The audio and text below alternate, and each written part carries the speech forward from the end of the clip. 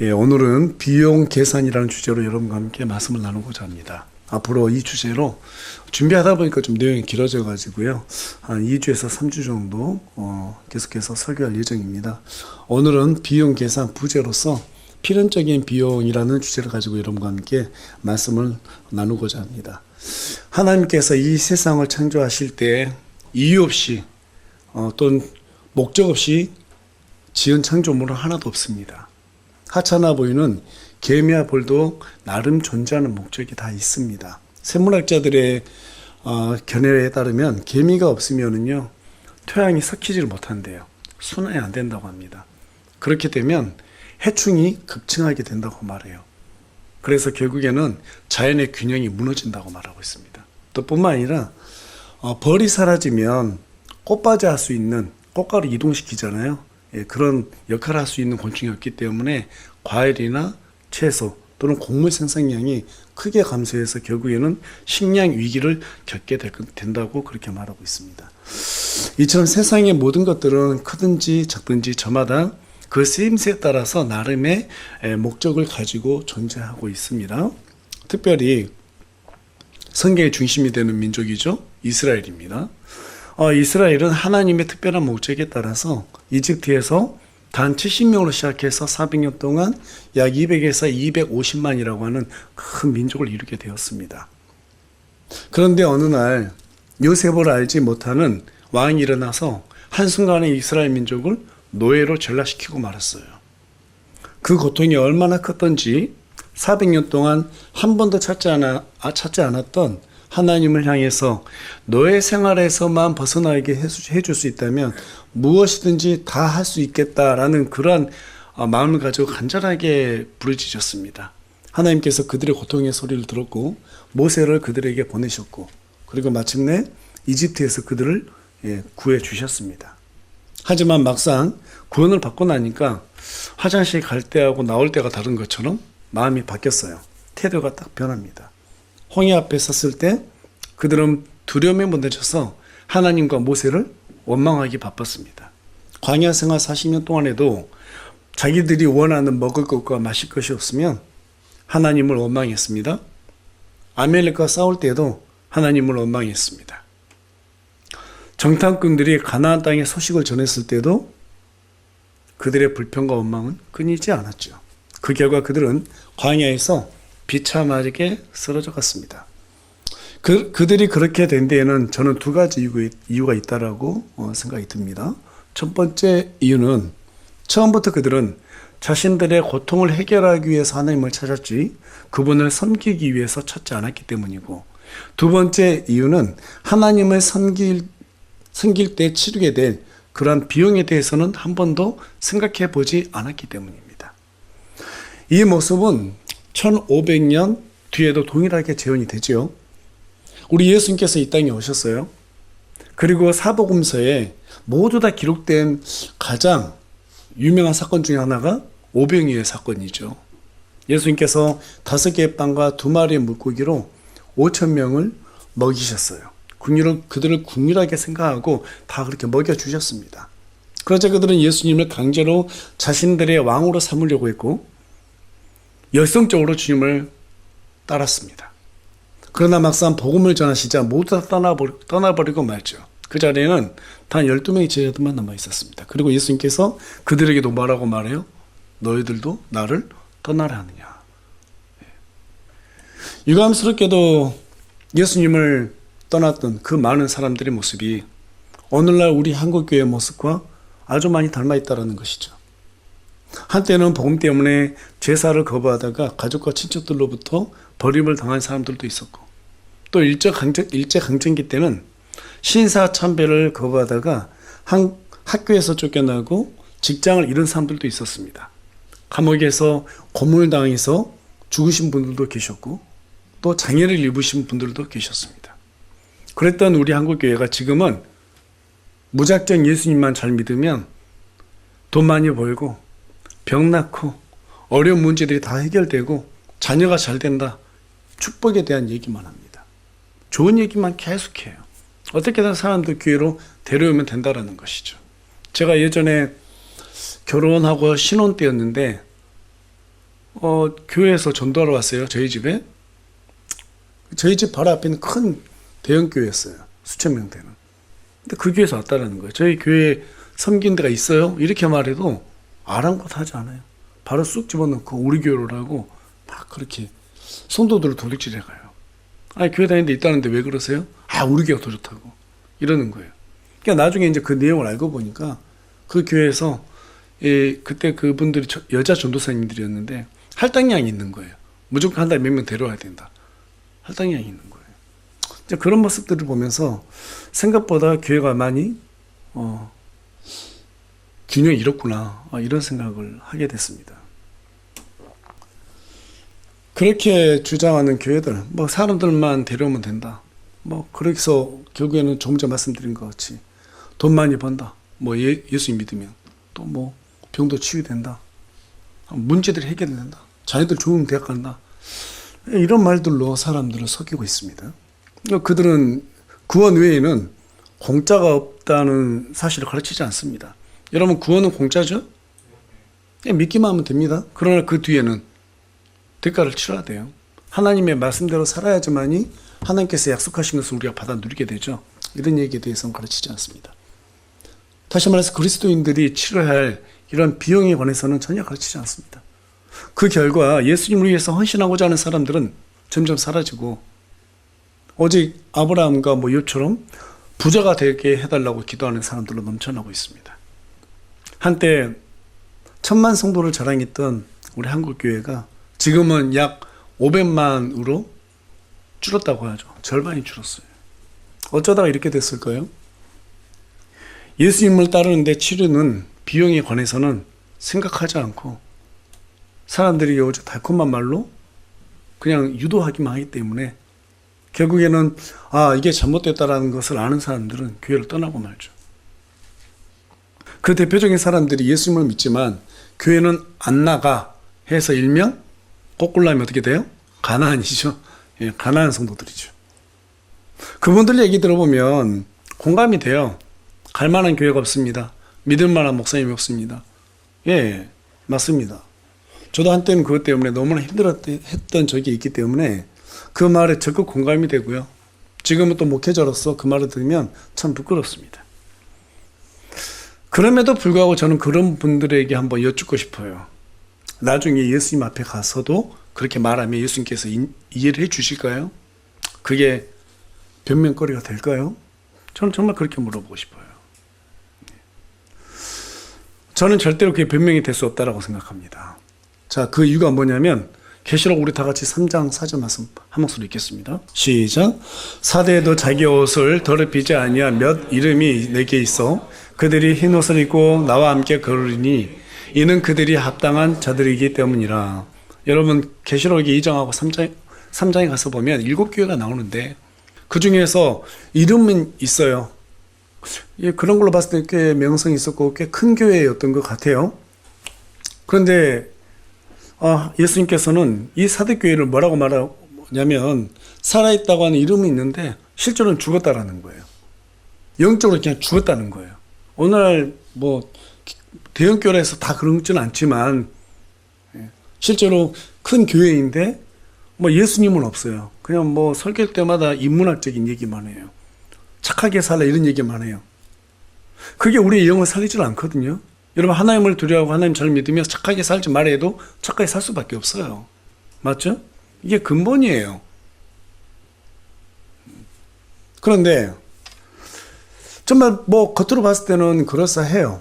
근데 하나님께서 보시기에는 영적으로 죽었다라는 거예요. 영적으로 죽었다는 것입니다.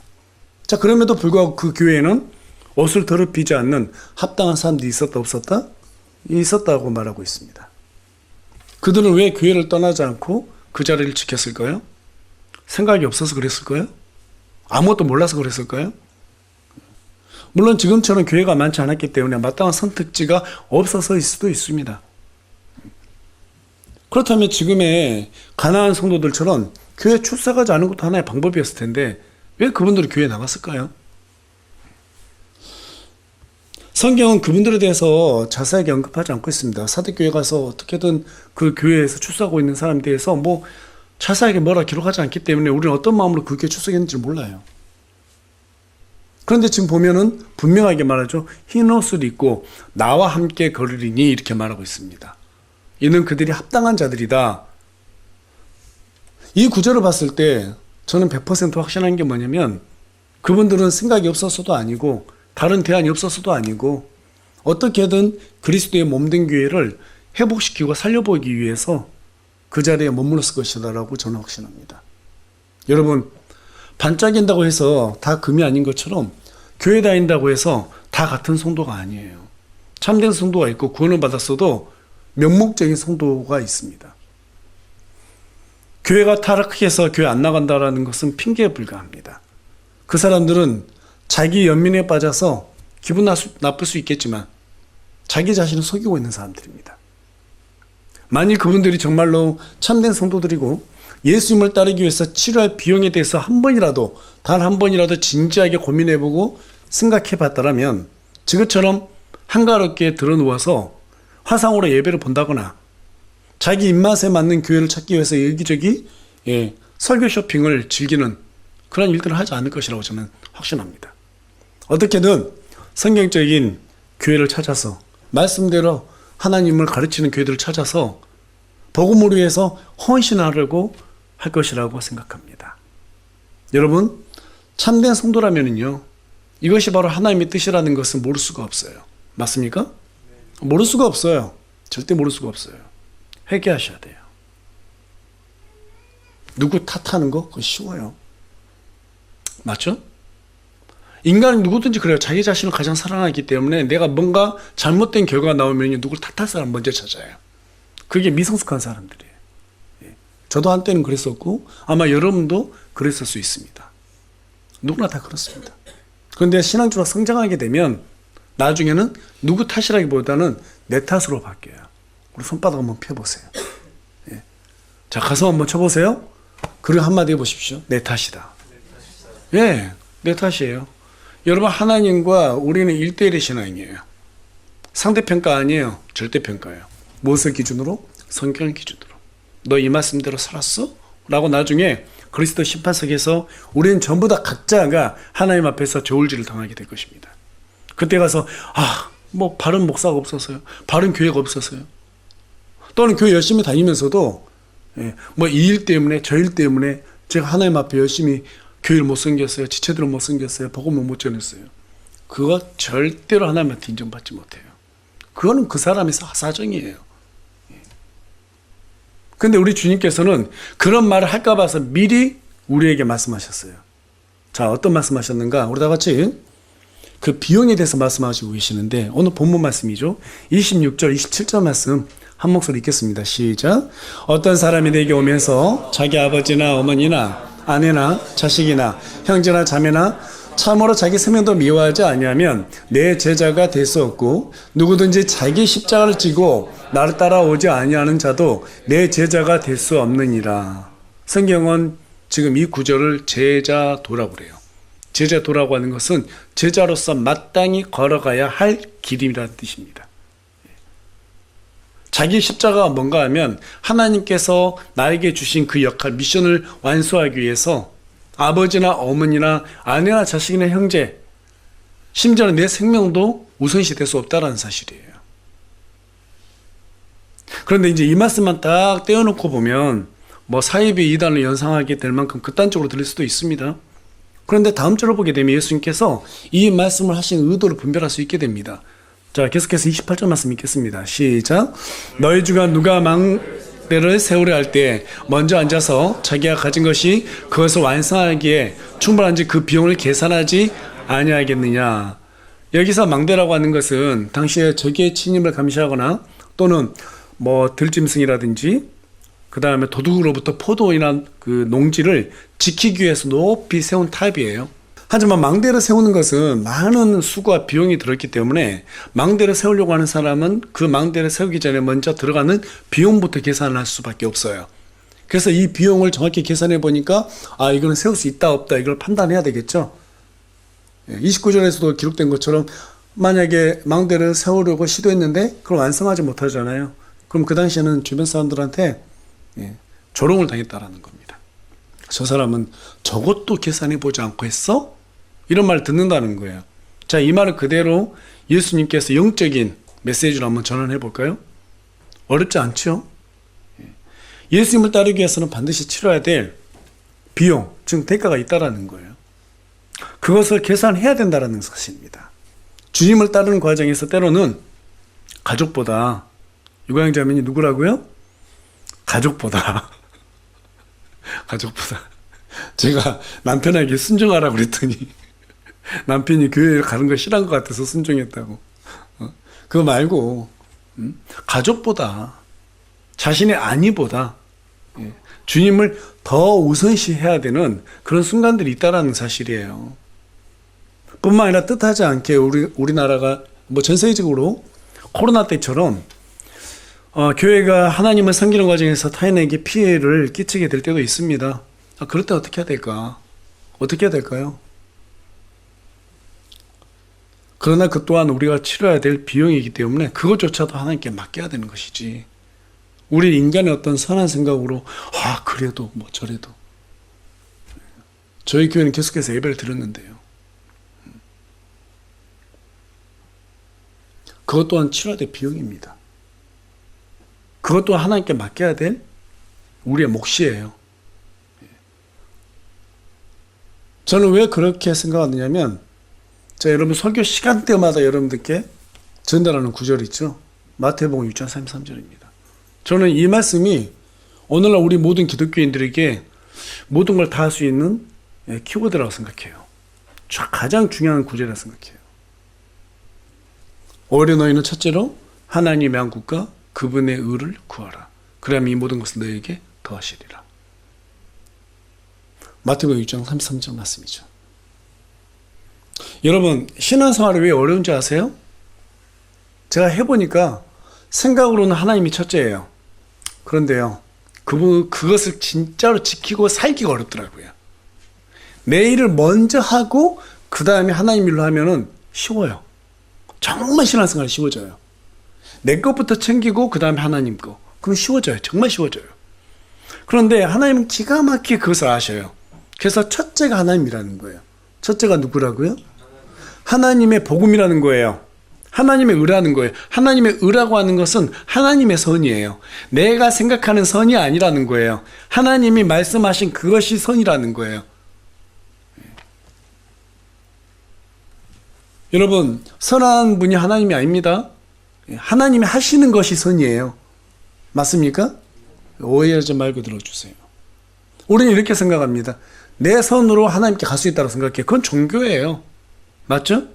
예. 내 선한 생각으로 하나님을 섬길 수 있다? 그건 종교예요. 예.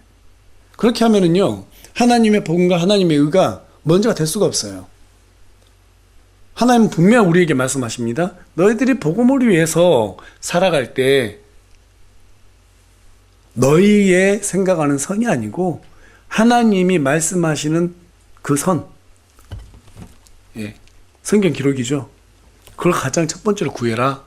이 얘기를 하고 있어요. 여기에서 우리는 갈등이 생겨나죠. 그것만 없으면 참 신앙생활이 쉬울 텐데. 근데 하나님은 구원에 관해서는 너무 쉽게 문을 열어주셨어요. 근데 그 다음부터는요, 아니에요. 그러면 얼마나 좋겠어요. 그렇죠? 성경에 기록된 모든 복을 다 받아 누리면 얼마나 좋겠습니까? 성경은 분명히 말합니다. 신명기 28장에서도 하나님의 모든 말씀들을 너희가 지켜 행하면, 그러죠, 모든 복을 받아 누린다. 예수님이 이것을 다르게 표현하신 거예요. 첫째로 하나님 왕국과 그분의 의를 구해봐라. 그러면 너희들이 염려하고 있는 거 그거 내가 채워줄게. 너희들이 먼저 나한테 뭔가 요구하지 마. 너희들이 먼저 내 것을 해. 그럼 내가 채워준다니까? 이 얘기를 계속해서 반복하고 있는 거예요. 근데 우리는 반대로 말하죠. 내 것부터 챙겨주면 내가 하나님 일할게요. 그거 누가 못해요? 다 하지. 여러분들 누가 가게 다 차려줄 테니까, 미천 다 대줄 테니까 장사에 못할 사람 있어요? 누가 못해요? 다 하죠.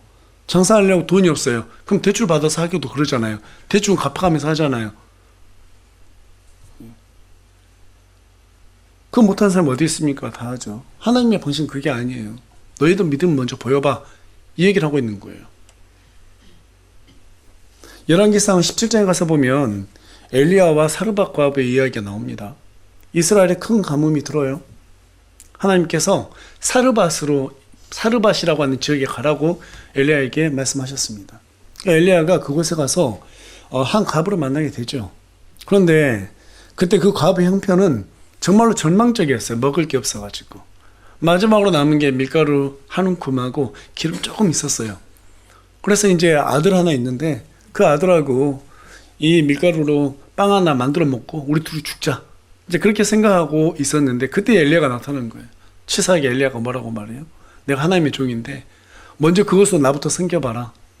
그러면 그 밀가루가 통에서 절대로 떨어지지 않을 것이다. 계속 생겨날 것이다. 기름도 계속해서 채워질 것이다. 그래서 사르밧 과부가 속는 셈 치고 엘리야를 잘 대접해서 빵을 만들어 줍니다. 또 그걸 개걸스럽게 드세요. 엘리야가 맛있게. 그런데 보니까 밀가루 다 차 있는 거예요. 가뭄이 끝나기 전까지 계속해서 차 있는 거예요. 여러분, 이게 그냥 비유가 아니고 실제로 있었던 일이에요. 성경 기록하고 있었던 실제로 있었던 일이에요. 이 메시지가 우리에게 무엇을 얘기해 주고 있는 것 같아요? 하나님의 일을 먼저 하면 또 목사 잘 섬겨라 이런 얘기가 아니고 하나님의 일이 첫 번째면 하나님께서 나머지는 해결해 주신다는 거예요. 근데 우리의 생각은 어때요? 그게 안 될 것 같잖아요.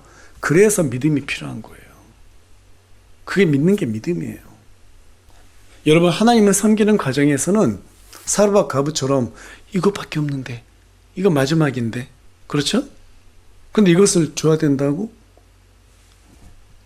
하나님께서는 우리에게 비용을 요구하세요. 그냥 복 받는 거 없어요. 반드시 하나님의 말씀에 순종했을 때 하나님께서는 우리에게 귀한 복을 허락해 주십니다. 믿으십니까? 네, 신앙생활이 어려운 이유가 바로 여기에 있는 거예요. 그래서 주님은 죽은 아버지를 장사를 치르고 오겠다라고 그 다음 예수님 따르겠다라고 했던 사람에게 뭐라고 말씀하셨어요? 죽은 자들이 자기들의 죽은 자들을 장사하게 하고 너는 나를 따르라 이렇게 얘기했어요. 아버지를 장사하는 것마저도 예수님보다 우선시 될 수 없다는 사실이에요. 가족에게 작별 인사하고 와서 예수님을 따르겠습니다. 그렇게 말했던 사람에게도 손에 쟁기를 잡고 뒤를 돌아보는 자는 합당하지 않다라고 얘기하셨어요. 그냥 따라와. 부자 청년이 예수님께 찾아왔습니다. 나는 율법을 다 지켰습니다. 이렇게 얘기했거든요. 근데 우리 예수님께서 뭐라고 말씀하셨어요? 너에게 한 가지 부족한 게 있는데 너 재물 너무 많아. 그 재물 다 팔아. 그리고 가난한 자들에게 나눠주고 날 따라와. 이렇게 얘기하셨어요. 그런데 여러분, 중요한 것은요. 그 사람들 중에 예수님을 그 즉시 따른 사람이 있어요? 없었어요? 없었어요. 그런 의미에서 볼 때 12제자들이 대단한 거예요. 베드로 봐보세요. 비록 나중에 예수님을 3번이나 부인하고 그러한 일을 하긴 했지만 우리가 절대 베드로를 욕할 수 없는 게요. 예수님이 따르라고 할 때 바로 그 자리에서 모든 걸 다 버리고 따라요. 요한과 야고보는 어때요? 아버지와 베드로가 모든 걸 다 버리고 떠나요. 그래서 그들이 하나님께 쓰임받았던 거예요. 이 세 사람이. 누가 그들을 비난할 수 있겠습니까? 우리는 예수님을 위해서 얼마나 가난해져 봤죠? 예수님을 위해서 얼마나 희생해 봤어요. 신앙생활이 그래서 쉬운 게 아니에요.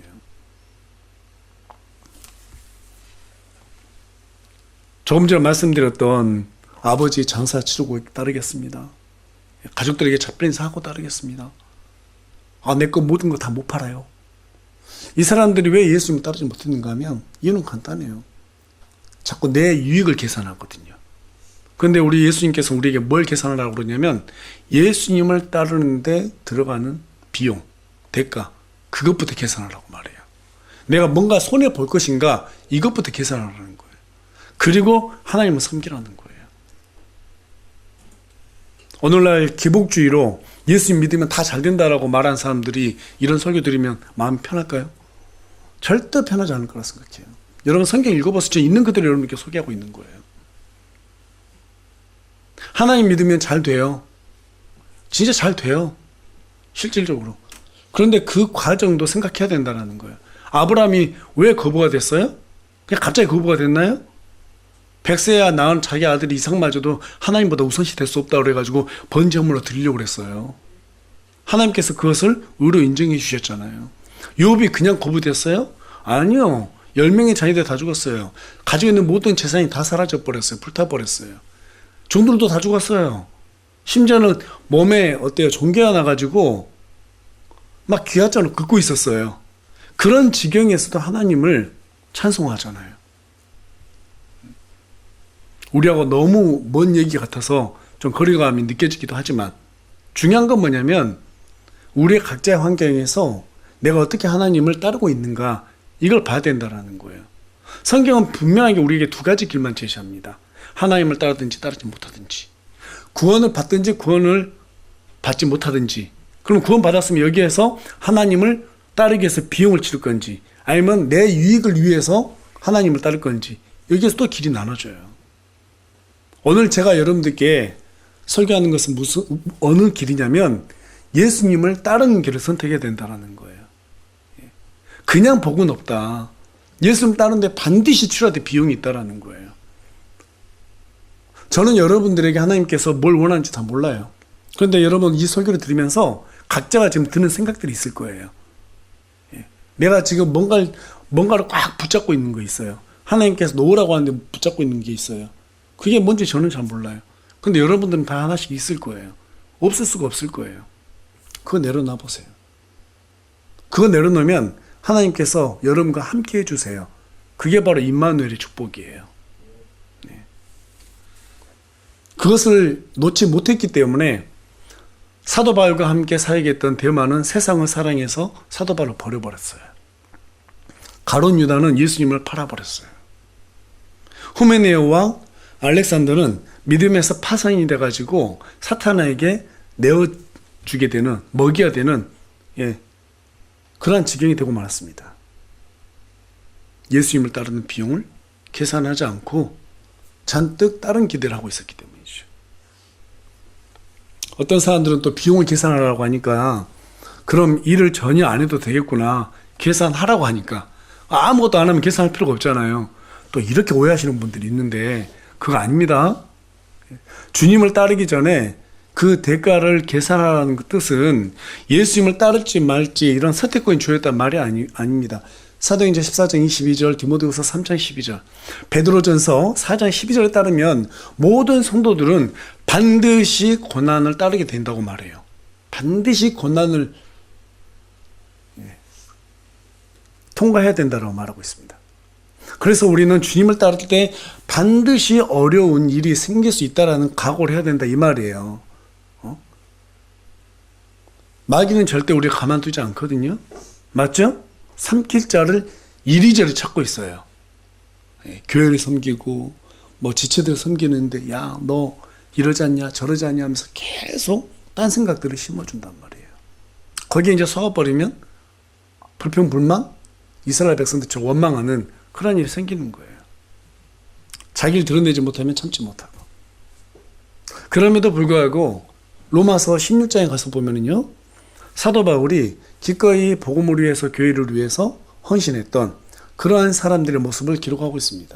어떤 사람은 교회를 위해서 몹시 수고한 사람이 있는가 하면, 또 어떤 사람은 바울과 함께 동역한 사람들이 있고, 또 어떤 사람은 복음을 위해서 목숨을 걸었던 사람들이 있고, 갇힌 사람들이 있고, 바울과 함께 고난을 겪는 사람들이 있었고, 주 안에서 신앙이 검증되어서 하나님께 특별하게 선정된 사람들도 있었고, 바울의 사역을 위해서 가족처럼 돌봐줬던 그런 사람들도 있었다는 거예요. 이런 여러 사람들이 있었다라고 사도 바울이 또 기록해주고 있습니다. 저는 여러분들이 전부 다 이 안에 포함이 됐으면 좋겠어요. 왜 전부 다 앞을 쳐다보지 않고 갑자기 고개를 숙이시고. 우리 교회도 제가 감사한 것들이 참 많은데 우리 자매님들 돌아가면서 자비로 점심들을 다 준비해주고 계십니다. 쉬운 일이 아닌데도 감사하게도 지난 7, 8년 동안 누가 한번 뭐 자랑하거나 생색내거나 그런 분들이 없었어요. 오히려 갈수록 더 정성스럽게 준비를 잘해주고 있는 것 같아가지고 참 마음이 좋아요. 또 우리 청년들은 교회 행사 때마다 저를 도와서 시간도 헌신하고 또 걱정 없이 일하라고 십시일반으로 자기들끼리 돈은 모아서 재정 보태주기도 하고, 또 어떤 분들은 목사님 사례비가 적으니 생활에 좀 보태라고 매달마다 헌신해 주신 분들도 계시고, 가장 감사한 것은 또 청소로 교회를 섬기는 분도 계시고, 또 우리 장경일처럼 커피와 차로 섬겨주시는 분도 계시고, 또 예배로의 준비로 섬겨주시는 분도 계시고, 뭐 기타 등등 참 많은 모양으로 이렇게 섬겨주시는 분들이 있어요. 뭐 그런 분들이 없었으면 어떻게 이 교회를 운영할 수 있었겠어요? 가장 감사한 것은 우리 교회가 작아도요, 정말 감사한 게 뭐냐면, 그동안에 크고 작은 언성 한 번 없었다는 거예요. 제가 지금 생각해보니까 그렇더라고요. 설교를 준비해보니까 내 마음에 들지 않은 적은 많이 있었지만 한 번도 언성이 막 크게 올라가거나 내려 그런 적은 없었어요. 단 한 번도. 다들 화평에 많이 신경 써주셨어요. 그게 정말 감사해요. 여러분들이 주님의 몸된 교회를 섬기기 위해서 이렇게 치러주신 이런 비용 때문에 하나님의 몸된 교회가 잘 유지가 되는 거예요. 누가 한 사람만 해서는 절대 안 되는 겁니다. 맞습니까? 네. 각자가 치러진 비용이 있기 때문이에요. 그 비용으로 교회가 운영되고 그 비용으로 어때요? 그리스도 앞에서 우리 교회가 이렇게 설 수 있는 겁니다. 그래서 여러분, 이런 마음을 가졌으면 좋겠어요. 좀 더 욕심을 냈으면 좋겠습니다. 내가 좀 더 욕심내서 하나님을 더 잘 섬겨봐야지, 이런 생각. 특별히 성경 말씀을 많이 알았으면 좋겠습니다. 여러분, 우리 인간이 모든 동물들보다 지능이 가장 좋잖아요. 뭐 기능적으로 보면 말이 안 되잖아요. 돌고래보다 빨리 헤엄을 칠 수 있습니까? 아니면은 뭐 캥거루보다 더 높게 뛸 수나 있습니까? 치타처럼 빨리 달릴 수나 있습니까? 동물들을 봤을 때 우리 인간은 장애인이에요. 그들을 볼 때는 느려 터지고. 근데 인간은 지능이 높잖아요. 하나님께서 그 한 가지 무기를 주셨잖아요. 그 한 가지 무기가 모든 동물들을 어때요? 다스리고 있잖아요. 어마어마한 거예요. 근데 그 지능을 왜 주셨다고요? 하나님의 말씀을 이해할 수 있도록 하기 위해서 주셨다고요. 나는 머리가 안 좋으니까 이해를 못해. 아니요, 그런 사람 없어요. 다 이해할 수 있어요. 저렇게 졸지만 않으면 다 이해할 수 있어요. 다 이해할 수 있어요. 그래서 여러분, 하나님의 말씀을 알려고 노력하셔야 돼요. 나 학교 다닐 때 공부 못했으니까 성경 이해 못해? 그러면 하나님께서 글자를 읽을 능력도 안 주셨겠죠. 글자 읽을 능력 없으면 하나님 말씀 이해 못해요. 그건 제가 이해해 드릴게요. 근데 글자 읽을 줄 알아요? 그러면 다 이해할 수 있어요. 그렇게 어렵게 적어놓지도 않았어요. 세상은 하나님의 말씀대로 운영되고 있습니다. 맞습니까? 그렇게 말씀대로 운영하도록 성경에 기록해놨어요. 이것을 보면 세상을 어떻게 살아야 될지를 알 수 있습니다. 여러분, 우리가 좀 하나님을 믿는데 욕심을 냈으면 좋겠어요. 내가 조금 더 많은 대가를 치러야겠다. 예수님께서는 우리를 위해서 가시관을 쓰셨잖아요. 한 6cm나 되는 가시관이 이 이마를 뚫었단 말이에요. 뼈를 갖다 짓눌렀다, 찔렀단 말이에요. 온몸에 39대의 채찍을 맞았단 말이에요. 한 대씩 맞을 때마다 피부와 근육이 떨어져 나갔단 말이죠. 조금만 다쳐도 아픈데 손과 발에 못 박히셨어요. 뼈가 부셔졌단 말이에요. 근데 우리는 고작 해봐야 우리 예수님께서 당하신 그 십자의 고난에 100분의 1이라도 지금 당하고 있나? 내가 지금 어려움에 처해 있어? 그러면 우리 여러분 십자가로 보세요. 뭘 보라고요? 십자가로 보세요. 조금 더 구체적으로 말씀드리면 십자가가 예수님을 고통스럽게 했던 그 고통을 보세요. 그러면 영적으로 침체될 수가 없어요. 내가 지금 어려운 일이 있어요? 십자가로 보세요. 감사할 것밖에 없어요. 내가 지금 당하고 있는 거 이거 아무것도 아니구나. 엄청나게 많이 받았구나. 너무 편하게 살고 있구나. 그래서 감사해야지. 이 생각밖에 안 들 거예요. 이런 사람들이 바로 참된 성도들이에요. 오히려 거기에서 뭐라고 말해요? 더 힘내서 하나님 더 그냥 잘 섬겨야 되겠다. 이런 생각을 갖는 게 마땅한 도리란 말이에요. 지옥에서부터 우리를 건져내 주셨는데 뭘 못합니까? 여러분, 지옥이 어떤 곳이에요? 불이 꺼지지 않아요. 더러운 벌레들이 몸을 갉아먹는 곳이에요.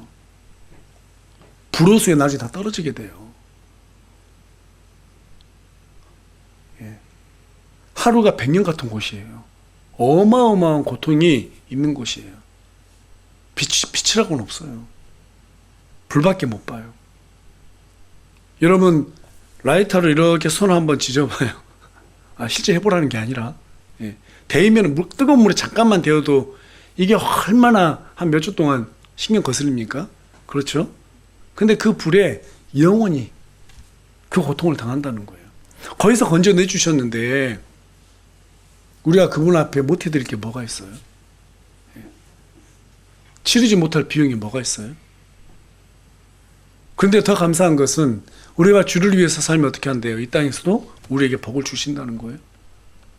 또 나중에 구속이 완전하게 이루어지면 그때 가서 엄청난 보상을 우리 위해서 준비해 주셨다는 거예요. 일석이조예요. 그마저도 공짜가 없다라는 거예요. 너희들이 나를 위해 헌신해서 내가 공짜로 안 둘게. 반드시 기억할게. 보상을 또 거기다 주신다는 거예요. 그러니까 여러분들 계시록에 가서 보면 24장로가 자기 관을 벗어 던지잖아요.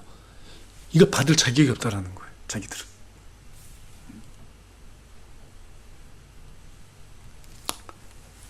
하나님을 생각하면서 우리가 그렇게 날마다 좀 생각하며 정말 내가 치르고 있는 대가가 무엇인가, 비용이 무엇인가를 좀 생각해 봤으면 좋겠습니다. 제자의 길은 값없이 주어집니다. 하지만 값없이 따를 수는 없는 길입니다. 늘 작정하고 주를 위해서 살아보겠다라고 하루하루 다짐하는 저와 여러분이 되기를 소망합니다.